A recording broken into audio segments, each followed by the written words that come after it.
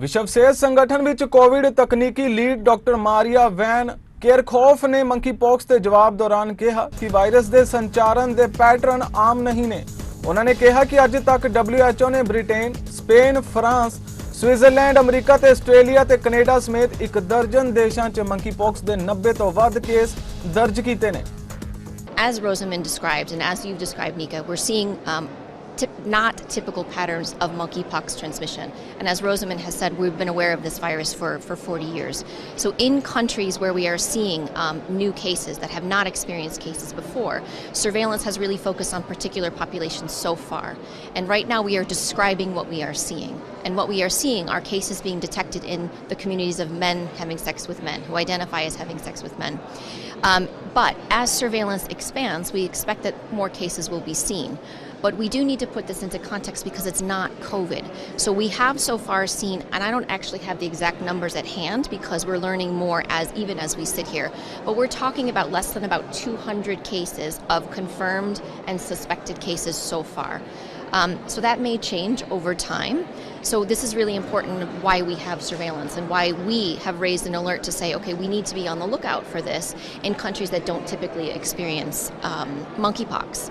So we've been working with countries, we've been working with ministries of health to expand surveillance, to look for people who have rash, so dermatology clinics, emergency departments, infectious disease clinics, sexual health clinics, so that we really understand the extent of infection. But your question was, who's at risk? So as Rosamund has explained, transmission is really happening from close physical contact, skin to skin contact. So it's quite different than COVID in that sense. So we are looking for people who have rash, so we can help them first and foremost to understand what their risk is. And we should say that most of the people who have been identified so far have had more mild disease, or let's say not severe disease. But anyone they come in contact with needs to be informed so that we can prevent onward spread. And the thing I just want to say here is that this is a containable situation, particularly in the countries like where we are seeing these outbreaks that are happening across Europe, in North America as well. But we can't take our eye off the ball of what's happening in Africa as well, in endemic countries.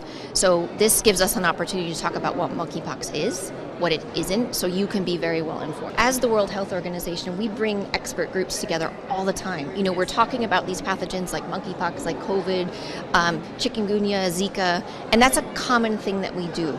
We have expert networks that we work with all over the world. I talk about this all the time for COVID, but we do this for other diseases as well. And that's not unusual for us.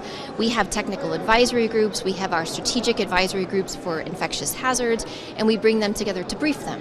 And we also ask for their advice on what WHO should be doing. And this is what the Director General, has all the time. We bring this together. Whether or not we will have an emergency committee or not is also something that is discussed across many of the different pathogens. Monkeypox would be no different. And I think I just want to get some misnomer out there. This is part of the process of WHO, and these are the mechanisms that we have. So it's always in the background. It's always a consideration. But what we're trying to do in working with Rosamund, so Rosamund you'll hear a lot more of on monkeypox because she is our focal point on this and she's the expert.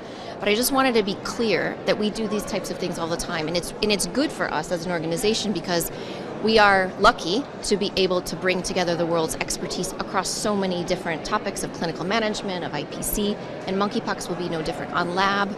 And it's great to work with Andy and the team on this because there's just